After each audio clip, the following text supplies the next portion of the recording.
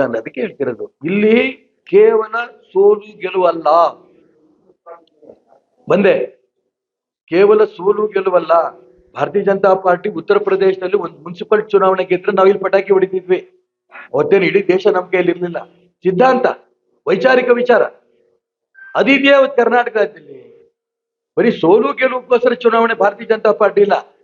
ಎಲ್ಲ ವಿಚಾರ, 2 ಸ್ಥಾನ ಗೆದ್ದಿದ್ದು ಕೇಂದ್ರದಲ್ಲಿ, 2 ಸ್ಥಾನ ನಿಮಗೆ ಗೊತ್ತಿದೆ. ಅವತ್ತು ಅಟಲ್ ಬಿಹಾರಿ ವಾಜಪೇಯಿ ಸೋತ್ರು, ಅಡ್ವಾಣಿ ಸೋತ್ರು. ಅವ್ರು ಬಂದು ಇಲ್ಲಿ ಏನ್ ಹೇಳಿದ್ರು? ನ ದೈನ್ಯಂ ನ ಪಲಾಯನಂ.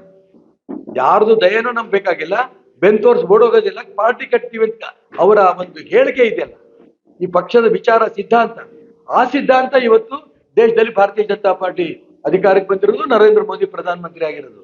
ಆ ಸಿದ್ಧಾಂತಕ್ಕೆ ಮೋದಿಯವರು, ಅಡ್ವಾಣಿಯವರು, ಅಟಲ್ಜಿ ಅವರು ಆ ಸಿದ್ಧಾಂತವನ್ನು ಮುಂದುವರ್ಸ್ಕೊಂಡ್ ಬರೋದಕ್ಕೆ ಕರ್ನಾಟಕ ರಾಜ್ಯದಲ್ಲಿ ತಿಲಾಂಜಲಿ ಇಟ್ಬಿಟ್ಟಿದ್ದಾರೆ ಯಡಿಯೂರಪ್ಪನವರು.